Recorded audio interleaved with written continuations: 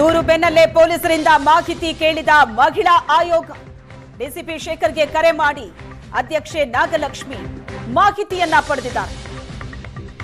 Complaint ತಗೊಳ್ಳೋದಕ್ಕೆ ತಡವಾಗಿದ್ದು ಯಾಕೆ ಅಂತ ಡಿಸಿಪಿಗೆ ಪ್ರಶ್ನೆ ಮಾಡಿದ್ದಾರೆ. ಎಚ್ಎಂ ರೇವಣ್ಣ ಆಗ್ಲಿ ಯಾರೇ ಆಗ್ಲಿ ತಪ್ಪು ಒಂದೇ. ಜನಪ್ರತಿನಿಧಿ ಮಾಡಿದ್ರೂ ಕೂಡ ತಪ್ಪೇ, ಸಾಮಾನ್ಯರು ಮಾಡಿದ್ರೂ ಕೂಡ ತಪ್ಪೇ. ದೂರು ತಗೊಳ್ಳೋದಕ್ಕೆ ಡಿಲೇ ಆಗಿದ್ದು ಯಾಕೆ ಅಂತ ಮಾಹಿತಿ ಪಡೆದಿದ್ದಾರೆ ಮಹಿಳಾ ಆಯೋಗದ ಅಧ್ಯಕ್ಷೆ. ಅವರು ಅವಾಚ್ಯ ಶಬ್ದ ಯೂಸ್ ಮಾಡಿದ್ದಾರೆ. ಆಮೇಲೆ ದಲಿತ ಮಹಿಳೆಯಾದ ನಾನು ನ್ಯಾಯಕ್ಕೆ ಬಂದಿದ್ದೇನೆ, ಹಲ್ಲೆ ಮಾಡಿದ್ದಾರೆ ನನ್ನ ಮೇಲೆ, ದೌರ್ಜನ್ಯ ಹಾಗೂ ಅವಾಚ್ಯ ಶಬ್ದಗಳನ್ನು ನಿಂದಿಸಿದ್ದಾರೆ ಅಂಥೇಳಿ ನನಗೆ ನಂದಿನಿಯವರು ಕಂಪ್ಲೇಂಟ್ ಕೊಟ್ಟಿದ್ದಾರೆ. ನಾನು ಇದನ್ನು ಖಂಡಿತವಾಗ್ಲೂ ಈಗಲೇ ನಮ್ಮ ಹೈಗ್ರೌಂಡ್ ಸ್ಟೇಷನ್ಗೆ ಬರುವಂಥ DCP ಅವರಿಗೆ ಲೆಟ್ರ್ ಹಾಕ್ತೇನೆ. ಇದನ್ನು ತನಿಖೆ ಮಾಡಿ ನಮಗೆ ಕಂಪ್ಲೀಟ್ಲಿ ಸಂಪೂರ್ಣವಾಗಿ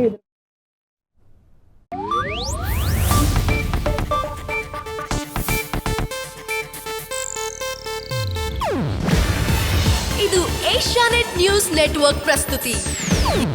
ನೀವು ನೋಡ್ತಿದ್ದೀರಾ ಏಷ್ಯಾನೆಟ್ ಸುವರ್ಣ ನ್ಯೂಸ್.